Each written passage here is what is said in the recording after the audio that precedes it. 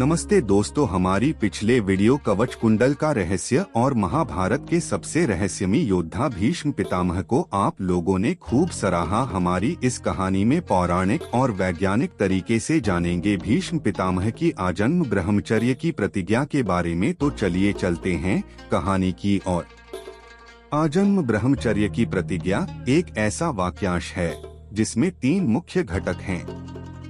एक, आजन्म, इसका अर्थ है जीवन के आरंभ से अंत तक, यानी पूरे जीवन के दौरान। 2, ब्रह्मचर्य, इसका शाब्दिक अर्थ है ब्रह्मा के प्रति चलना। व्यावहारिक रूप में यह संयम, आत्मनियंत्रण और कामवासना से मुक्ति का प्रतीक है। 3, प्रतिज्ञा, यह एक दृढ़ वचन या शपथ है जिसे निभाने के लिए व्यक्ति अपने जीवन का हर पहलू समर्पित करता है। इन तीनों शब्दों को जोड़कर यह एक ऐसा संकल्प बनता है जो न केवल व्यक्तिगत जीवन को बदलता है बल्कि समाज और इतिहास पर भी अमिट छाप छोड़ता है। अब इस प्रतिज्ञा को विस्तार से समझते हैं। भीष्म पितामह ने यह प्रतिज्ञा अपने पिता शांतनु के सुख और हस्तिनापुर के भविष्य के लिए ली थी।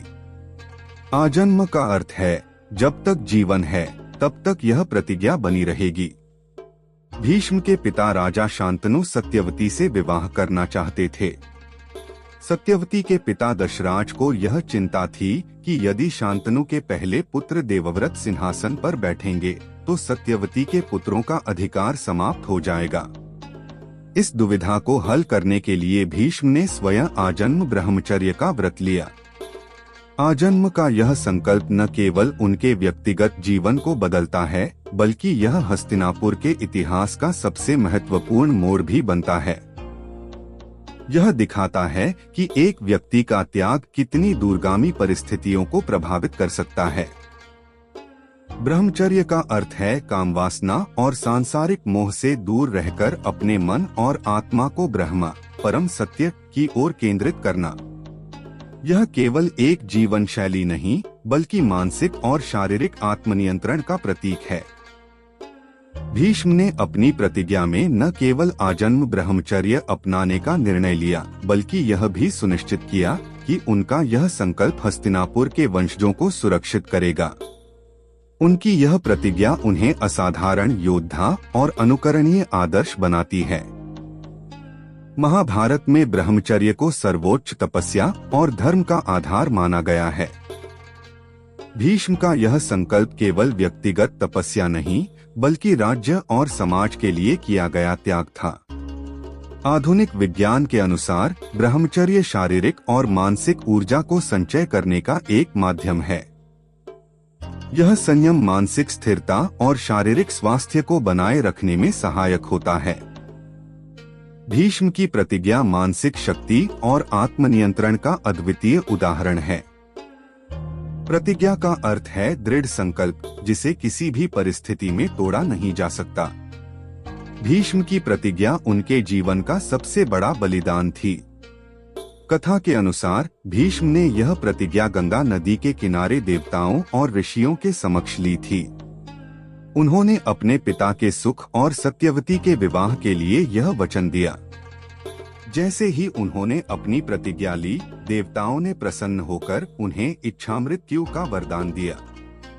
इसका अर्थ था कि वे अपनी मृत्यु का समय स्वयं चुन सकते थे। यह वरदान उनके जीवन और मृत्यु के बीच का संतुलन बन गया। भीष्म की प्रतिज्ञा के कारण हस्तिनापुर में उत्तराधिकार का संकट उत्पन्न हुआ। यह संकट बाद में महाभारत युद्ध का कारण बना। भीष्म पितामह, जिन्हें देवव्रत के नाम से भी जाना जाता है, महाभारत के सबसे रहस्यमयी और प्रेरणादायक पात्रों में से एक थे। उनकी आजन्म ब्रह्मचर्य की प्रतिज्ञा न केवल उनके व्यक्तिगत जीवन का सबसे बड़ा त्याग थी बल्कि यह उनकी दृढ़ इच्छा शक्ति और कर्तव्यनिष्ठा का प्रतीक भी है। इस घटना ने हस्तिनापुर के भविष्य को गहराई से प्रभावित किया। भीष्म पितामह का जीवन त्याग और बलिदान की कहानी है। उनकी सबसे बड़ी प्रतिज्ञा का संदर्भ उनके पिता राजा शांतनु और सत्यवती के विवाह से जुड़ा हुआ है। हस्तिनापुर के राजा शांतनु गंगा से विवाह के बाद एक बार फिर प्रेम में पड़ गए। उन्होंने एक मछुआरे की पुत्री सत्यवती से विवाह का प्रस्ताव रखा। सत्यवती के पिता दशराज ने विवाह के लिए एक शर्त रखी कि सत्यवती का पुत्र ही हस्तिनापुर का अगला राजा बनेगा। यह सुनकर शांतनु दुखी हो गए, क्योंकि उनके पहले से ही देवव्रत नामक एक योग्य पुत्र था। जब देवव्रत को अपने पिता के दुख का कारण पता चला तो उन्होंने सत्यवती के पिता से मिलने का निश्चय किया। उन्होंने दशराज को वचन दिया कि वे हस्तिनापुर के सिंहासन पर कभी दावा नहीं करेंगे। इसके बावजूद दशराज को आशंका थी कि देवव्रत के संतान भविष्य में उनके दावे को चुनौती दे सकते हैं। तब देवव्रत ने अपनी आजन्म ब्रह्मचर्य की प्रतिज्ञा ली। पौराणिक कथाओं के अनुसार देवव्रत ने यह प्रतिज्ञा गंगा नदी के किनारे सूर्य और देवताओं के समक्ष ली। जैसे ही उन्होंने यह प्रतिज्ञा ली, आकाश से फूलों की वर्षा हुई और देवताओं ने उन्हें भीष्म की उपाधि दी। इस प्रतिज्ञा के बाद वे भीष्म पितामह के नाम से प्रसिद्ध हुए। भीष्म पितामह की प्रतिज्ञा केवल एक व्यक्तिगत बलिदान नहीं था, यह धर्म और कर्तव्य की सर्वोच्चता का प्रतीक भी था। महाभारत में भीष्म का चरित्र धर्म और त्याग का आदर्श है। अपनी प्रतिज्ञा के माध्यम से उन्होंने दिखाया कि एक पुत्र के लिए पिता का सम्मान कितना महत्वपूर्ण है। उनके त्याग ने हस्तिनापुर के सिंहासन को स्थिरता दी, लेकिन इसके दुष्परिणाम भी हुए। भीष्म की प्रतिज्ञा के बाद उन्हें देवताओं ने इच्छामृत्यु का वरदान दिया। यह वरदान उन्हें दिव्यता और मानवता के बीच का संतुलन बनाता है। महाभारत में यह वरदान उनके जीवन और धर्म संकट का केंद्र है। भीष्म की प्रतिज्ञा हस्तिनापुर के भविष्य पर गहरा प्रभाव डालती है। यह घटना दिखाती है कि किस तरह व्यक्तिगत त्याग पूरे राज्य की दिशा को बदल सकता है। भीष्म की आजन्म ब्रह्मचर्य की प्रतिज्ञा मनुष्य की इच्छाओं और भावनाओं पर नियंत्रण का अद्भुत उदाहरण है। आधुनिक मनोविज्ञान के अनुसार यह निर्णय उनकी दृढ़ इच्छा शक्ति और मानसिक संतुलन को दर्शाता है। भीष्म की प्रतिज्ञा न केवल व्यक्तिगत बलिदान का प्रतीक है, बल्कि यह उस समय की सामाजिक संरचना को भी दर्शाती है।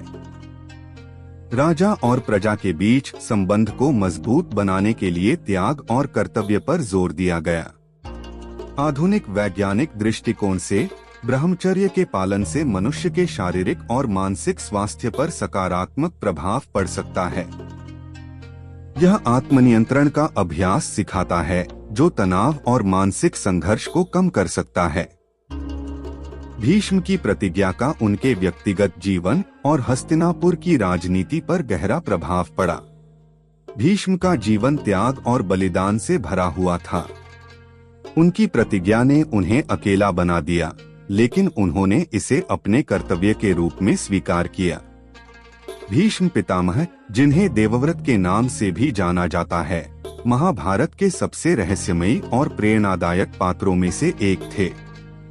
उनकी आजन्म ब्रह्मचर्य की प्रतिज्ञा न केवल उनके व्यक्तिगत जीवन का सबसे बड़ा त्याग थी, बल्कि यह उनकी दृढ़ इच्छा शक्ति और कर्तव्यनिष्ठा का प्रतीक भी है।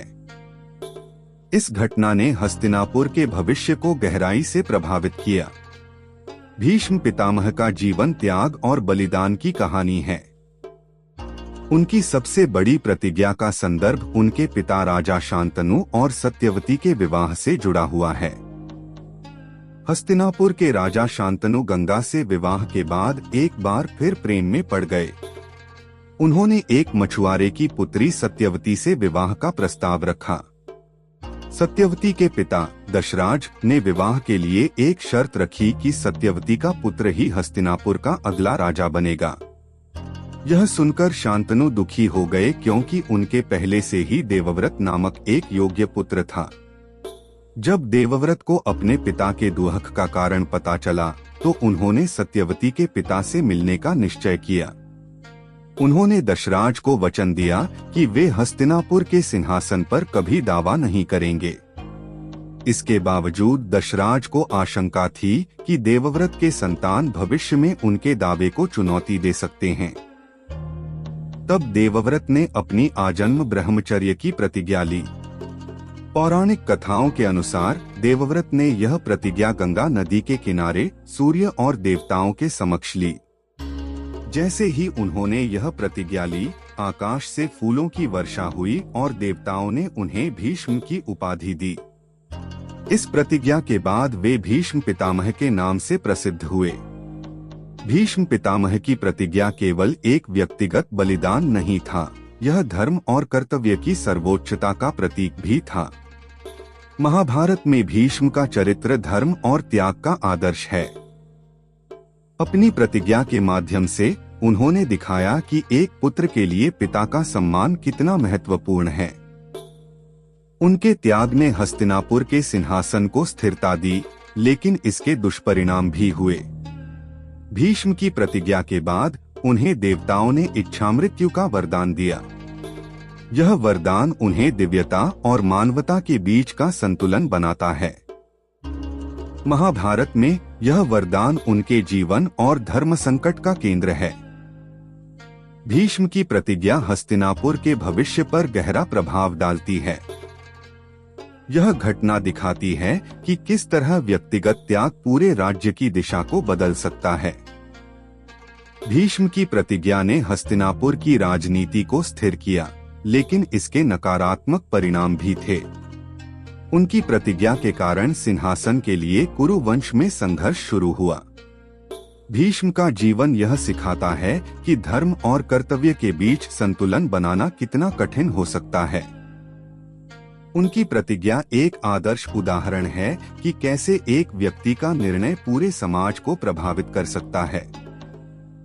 भीष्म पितामह की आजन्म ब्रह्मचर्य की प्रतिज्ञा एक ऐसा विषय है जो पौराणिकता, विज्ञान और सामाजिक दृष्टिकोण को आपस में जोड़ता है। यह न केवल त्याग की कहानी है, बल्कि यह धर्म, कर्तव्य और जीवन की गहराइयों को भी समझने का एक माध्यम है।